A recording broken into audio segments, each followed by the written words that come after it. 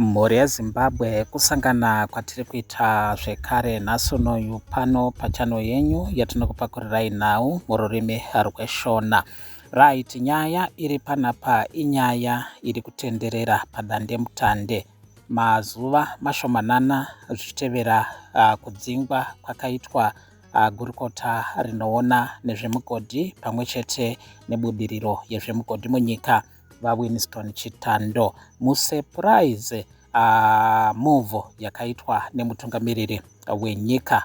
Zvinhu zvakaitika, vanhu vakavarairwa, asi pane mashoko akasiyana-siyana ezviri kuitika zvakakonzera kuti minista ivava vanzi vadzingwe basa.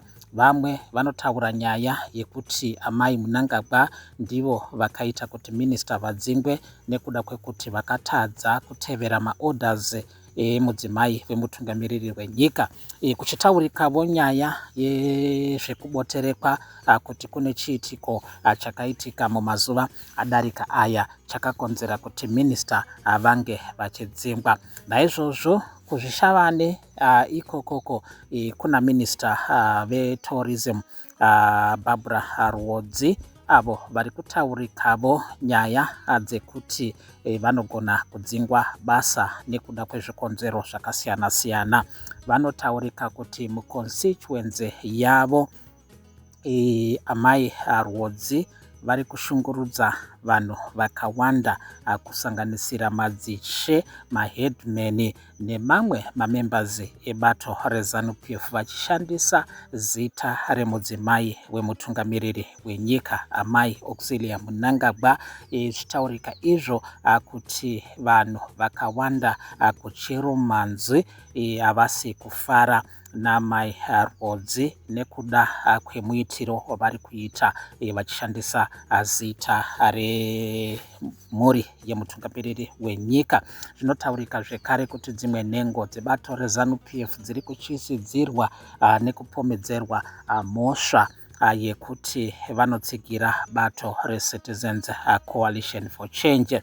Izvo zviri kutaurika kuti hazvisi kufadza mutungamiriri wenyika. Zvobva zvaita kuti pave nemahunga nekutaurika kwekuti minista vatarisana nedemo, vatarisana nekudzingwa kuva gurukota rinoona nezvekushanyirwa kwenyika. Ndivo mashoko mhuri yeZimbabwe aripo pari zvino. Nezuro vaMnangagwa vakataura mashoko ekukondema mabasa ekuitwa kweukopokopo munyika, vachiti hurumende yavo yakazvipira kuranga vose vane chekuita neukopokopo pamwechete nemabasa akaipa ayo anosvibisa zita ravo. Ndo mashoko atanga takabata mhuri yeZimbabwe panguva ino pachano yenyu yeMbire TV patinokupakurirai navo mururimi rweshona. Kune vashanya kekutanga